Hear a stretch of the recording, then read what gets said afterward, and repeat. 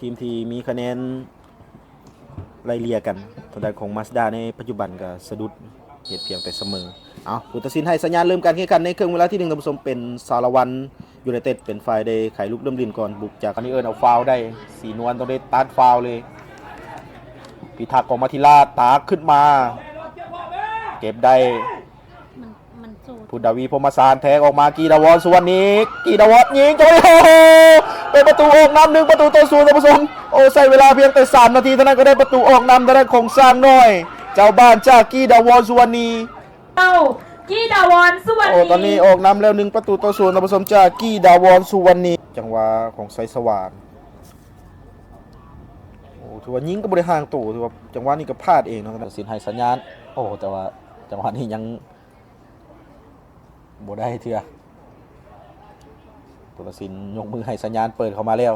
อนุสรณ์ใส่ปัญญาปันโค้งเข้ามาเขี่ยมาได้ยังได้บางของอนุสรณ์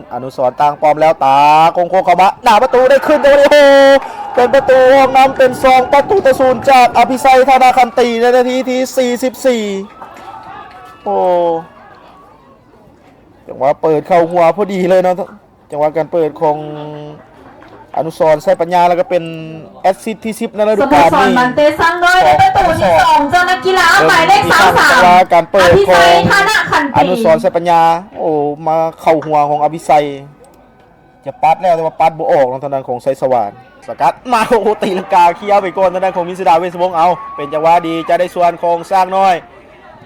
เพชรสมรมาทีกีดาวอนสุวรรณีเอาละ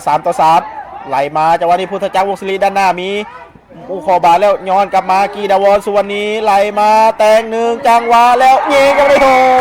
มีห่างออกไปเป็น3-0ท่านผู้ชมจากฮันบุกจ้องโอ้ตอนนี้ออกนำ3-0เข้าไปแล้วโอ้ต้องชมจังหวะการจ่ายเยือกเย็นในลีทางด้านของกีดาวอนสุวรรณี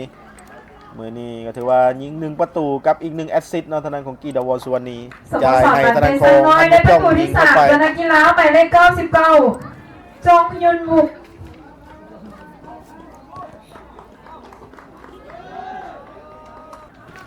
และผู้ตัดสิน